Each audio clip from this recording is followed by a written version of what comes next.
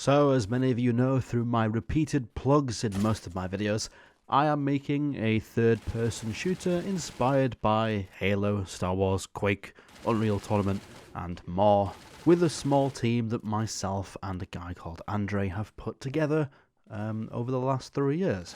You may have also seen that we just did a playtest for the game, March 2nd and 3rd, which is the weekend just past.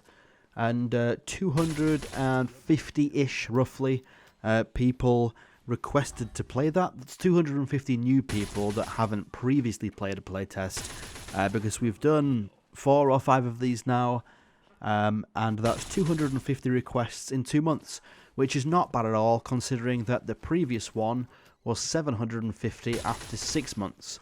So, although it was less people this time, the rate of requests was actually one of the quickest we've ever had, and in total, I think out of the 250, roughly 110 actually launched the game, which is a really good conversion rate too, and yeah, very, very good stuff.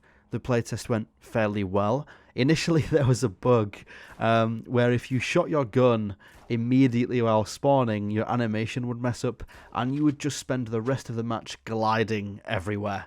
You would have no animations, you would just glide around the floor, which is actually really common for a game in alpha to not have like sprinting and walking and gun shooting animations. Usually, that is how a character will look. However, we've been in production for 3 years, so... that was quickly fixed. After a few hours, Andrew made a fix, and I think after about 18 hours, we pushed it when people went offline to bed, and it was fixed. The other, couple of issues here and there were minor, nothing game-breaking, which is good. It's what you want to see, and we gained tons of valuable feedback from people who played and hopped into our Discord server to put stuff in our feedback channel. After the playtest, we decided that we should probably run more of these. We already planned to run more of these this year anyway. The plan was to run 6 and do them every 2 months, but I think we're going to double down on that and do them every month this year. So we'll probably end up doing 12 playtests this year, which will be huge, and that's very frequent. The reason we're doing this is because we get valuable feedback every time we do them. So if we make a tweak, then 4 weeks later, we can provide that tweak to the players and ask, is this better or worse than when you last played? And if it's better, we keep it. If it's worse, we can revert back and adjust and go from there. And player feedback is extremely important to us as a small team that needs to get things right and can't just hide a game behind closed doors for 3 years and put it out, because if we did it that way, like AAA companies, things could go incredibly wrong, and basically we'd have to shut down because we'll have wasted all our time and money as solo, indie developers making something that nobody wants to play, whereas we need to create something that, our audience wants to play and enjoys. Best way to do that is to basically give them access to the game as often as possible, so they can provide constant feedback. So, with that said, here's another plug. If you do want to try Cross-Planet, you'll get the chance to do so on a monthly basis now, most likely. So head over to Steam, drop us a wishlist, which we also just reached 3,000 current wishlists for, and almost 4,000 lifetime wishlists. The difference between those is that the total number of people who have clicked the wishlist button is almost 4,000. The number of people who still have it wishlisted is, I think, 3,009. So that's good. I'm really hoping that this year we can push to get an organic 5,000 wish lists as the minimum target for this year. We roughly get 1,000 per year. I'm hoping this year we can double on that and reach at least 5,000 by the end of the year. The goal is to get 7,000 by launch, because if you get 7,000, Steam starts to slot you into a bunch of categories, top upcoming game lists and things like that, and you basically just get free marketing. Recent additions to the game for this playtest were match XP and progression. So you could earn XP for playing, you got more XP for the more kills you got, and then you got a bonus if you won the match. So those are the 3 conditions: just match played, win bonus, and your personal performance in terms of kills. This will be built upon in the future to consider other things such as capturing a flag or holding a hill, delivering a bomb, whatever it may be, for the objective game modes. And with all this stuff, you also get rewards. Currently, you get weapon skins, armor skins, XP boosts, and banners. And again, this will be built upon to include more things as we add more cosmetics to the game. 3 game modes were added, which Halo fans especially will know of. Husky Raid was added. There's only 1 map at the moment, but I'm going to hopefully aim to make 1 new Husky Raid map every single month as well. So every single test, there's a new Husky Raid map.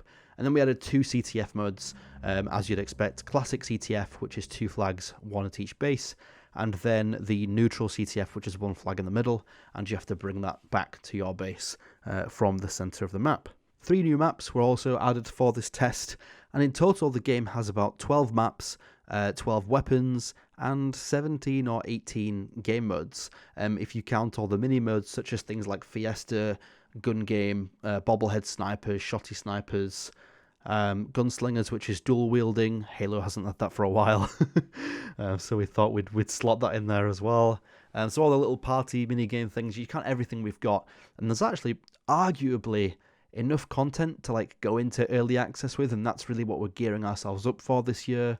I'd like us to get into early access by the end of, say, Q3 this year. That'd be really good. It's an ambitious goal, but it's also not impossible.